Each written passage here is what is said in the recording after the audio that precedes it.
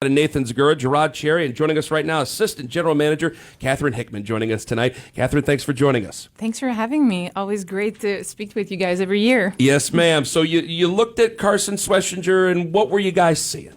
I mean, you're seeing, just starting with his personality, you're seeing a player who has this walk-on, chip on his shoulder mentality. You think of toughness. You think of what he's been able to accomplish. His story is just fantastic. Yeah. To today being 33rd overall pick, and then you look at what he did on the field. Like his production this past season is undeniable.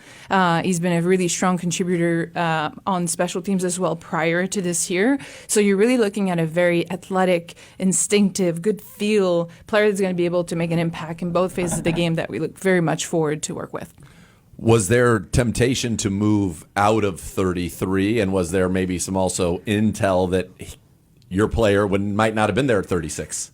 I mean, every time we get on the clock, you know how Andrew operates, so we look at every single possibility. He had we all field day as calls. well. You did, exactly. So you definitely consider all options, but when you have a player like Carson sitting there looking at you, it's really hard not to pull the trigger. Should we read anything into this pick in regards to JOK?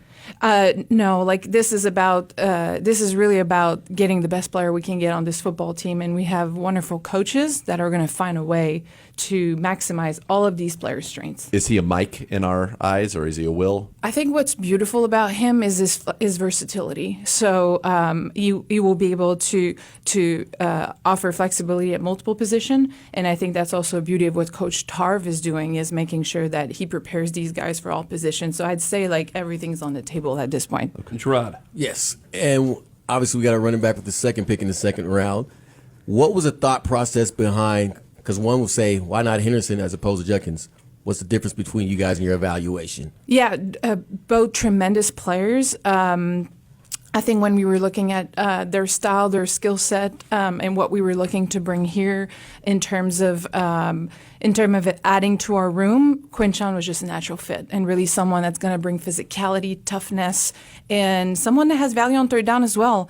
Excellent pass pro, and I think very dependable when it comes to catching the football. So really a well-rounded skill set that will be very, very helpful to this football team. And it seems right now, based upon the picks, I love character guys. I think you build culture through character guys. Not to say we don't have those guys on the roster already, but it seems like it's almost a concerted effort to make sure we find guys that have a certain attitude and approach to playing football and a way of life. That's such a great point.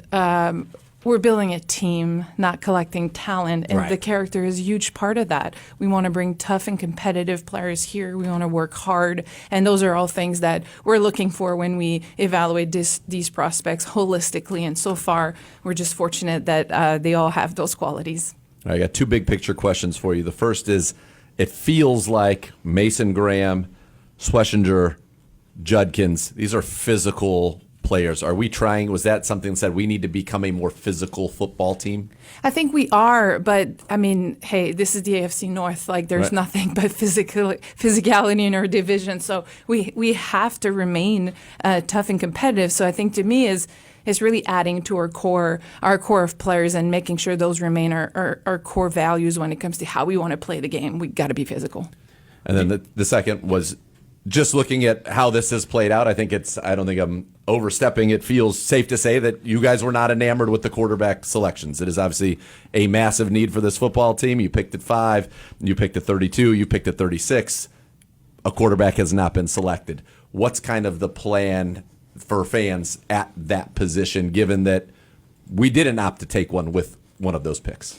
That's a great question. I think ultimately there's still quality quarterbacks that are on the board right now that we will have an opportunity. We're still picking twice tonight, Yep. and not to say that's not for me to say our direction, but we really just look at it from a player quality, holistic profile relative to draft slot value, and where we felt it was best for this football team was to go the way we went so far. But that's not to say that there will not be some more in play. Selected, yeah, sure. Exactly. And there's always, again, multiple ways, to skin that cat when it comes to bring people in. Assistant General Manager Catherine Hickman joining us here on the show. So how do you meet need with best player available? It's a classic question because a lot of people go, we need weapons, we need weapons, we need weapons, we need to I score say the that. football. I wasn't trying to put your name out No, there, I'll but say yeah, it. they're saying I agree with it. But we go defense in this draft. How do you guys go about putting that puzzle together?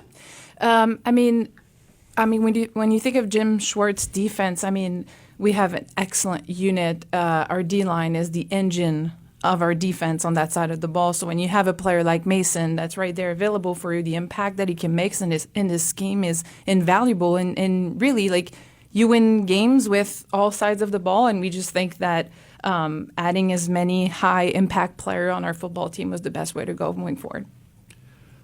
When you are going back, or at least it would appear, to kind of what Kevin Stefanski had done very, very well, 12 personnel is a big part of that. This is a very good tight end draft. There are still very good tight ends on the board out there, and I'm sure you guys are looking to pair one with David Njoku. Are those part of, when Keith's kind of asked about how you kind of look in things in terms of scheme fits and what we want to do, Yep. How important is it that becomes, it seems like it's a need, it meshes with the talent. Is that something you guys will be aggressive with?